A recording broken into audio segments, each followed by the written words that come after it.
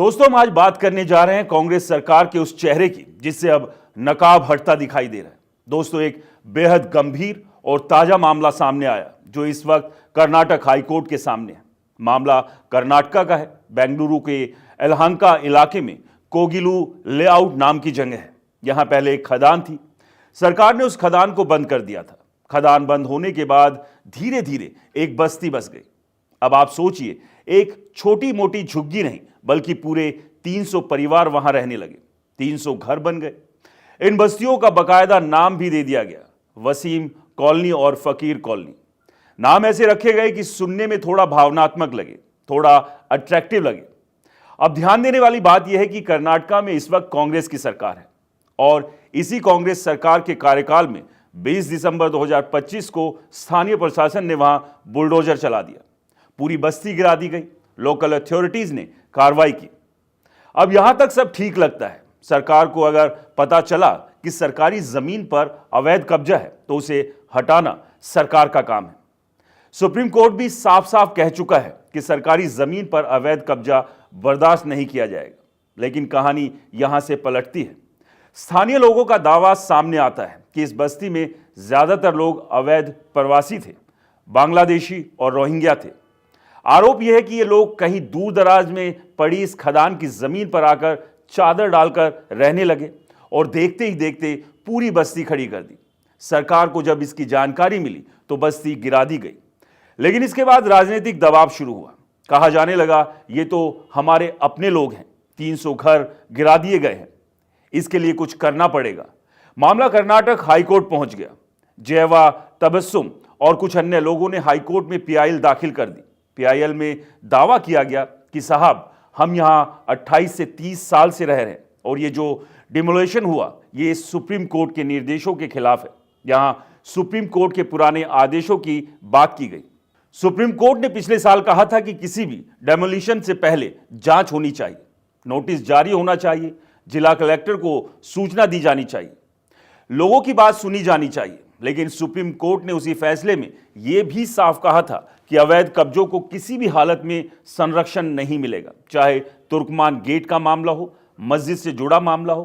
Court की line साफ है कि धार्मिक स्थल हो या कुछ और, अवैध कब्जा बर्दाश्त नहीं किया जा सकता। जस्टिस सूर्यकांत के वो सख्त शब्द भी याद दिलाए गए जिसमें उन्होंने कहा था कि अवैध रूप से भारत में घुसे लोगों को रेड कारपेट नहीं बिछाकर दिया जा सकता। भारत के गरीबों के अधिकार छीनकर अवैध प्रवासियों को खाना, पानी, स्कूल और फंडामेंटल राइट्स नहीं दिए जा सकते। अब हाईकोर्ट में सुनवाई हुई। राज्य सरकार की ओर से खुद एडवोकेट जनरल पेश हुए। उन्होंने साफ कहा कि डेमोलिशन पूरी तरह वैध है। ये लोग जो कह रहे हैं कि 28 से 30 साल से यहां रह रहे हैं, ये दावा पूरी तरह गलत है। सरकार ने 2020-2021 की गूगल मैपिंग कोर्ट के सामने रख दी। उस मैपिंग में वहां कुछ भी नहीं था, ना घर, ना बस्ती, सिर्फ एक पुरानी खदान थी। अगर 2020 में वहां कुछ नहीं था तो ये लोग 30 साल से कैसे रह रहे थे? इसका मतलब साफ था, डेमोलिशन सही था। लेकिन फिर यह मामला आया पुनर्वास का। याचिकाकर्ताओं ने कहा कि ठीक है, आपने घर गिरा दिए, अब हमें रिहैबिलिटेशन दीजिए, खाने पीने की व्यवस्था, रहने की जगह, पानी, ड्रेनेज, स्कूल, सब कुछ। अब यहीं से कर्नाटक सरकार का असली खेल शुरू होता है। राज्य सरकार ने कोर्ट में कहा कि हमने पहले से ही इंदिरा कैंटीन की व्यवस्था कर दी है, इन लोगों को बना बनाया खाना मिल रहा है, बच्चों की पढ़ाई की व्यवस्था की गई है, बुनियादी सुविधाएं दी गई है। सरकार ने यह भी कहा कि इन लोगों को 5 किलोमीटर के दायरे में ही बसाया जाएगा ताकि इनका रोजगार प्रभावित ना हो। आगे चलकर इन्हें पक्के मकान भी दिए जाएंगे। यानी जिन लोगों पर अवैध कब्जे और अवैध प्रवासी होने का आरोप है, उन्हीं को सरकार अब कानूनी तौर पर रिहैबिलिटेट करने की बात कर रही है। अब हाईकोर्ट ने इस पर बड़ा अहम ऑब्जेक्शन दिया है। हाईकोर्ट ने कहा 2 मुद्दे हैं। पहला, जिन लोगों के पास फिलहाल आधार कार्ड, वोटर आईडी कार्ड जैसे डॉक्यूमेंट्स हैं, उनकी अस्थायी व्यवस्था की जाए। जब तक केस की सुनवाई चल रही है तब तक उनके खाने पीने और रहने का इंतजाम किया जाए। लेकिन दूसरी ओर सबसे अहम बात, कोर्ट ने साफ कहा कि स्थायी रिहैबिलिटेशन सिर्फ उन्हीं को मिलेगा जो मूल निवासी साबित होंगे। कोर्ट ने आदेश दिया कि इन लोगों की नागरिकता और निवासिता की पहचान की जाए, इनका पिछला रिकॉर्ड देखा जाए, उनका सिजरा देखा जाए, ये साबित किया जाए कि ये वास्तव में भारत के मूल निवासी है, यानी सिर्फ आधार या वोटर आईडी होना काफी नहीं है, मूल निवासिता साबित करनी होगी। अब सवाल यही है कि जिस सरकार का माइंडसेट पहले से सवालों के घेरे में है, क्या वही सरकार ईमानदारी से जांच करेगी?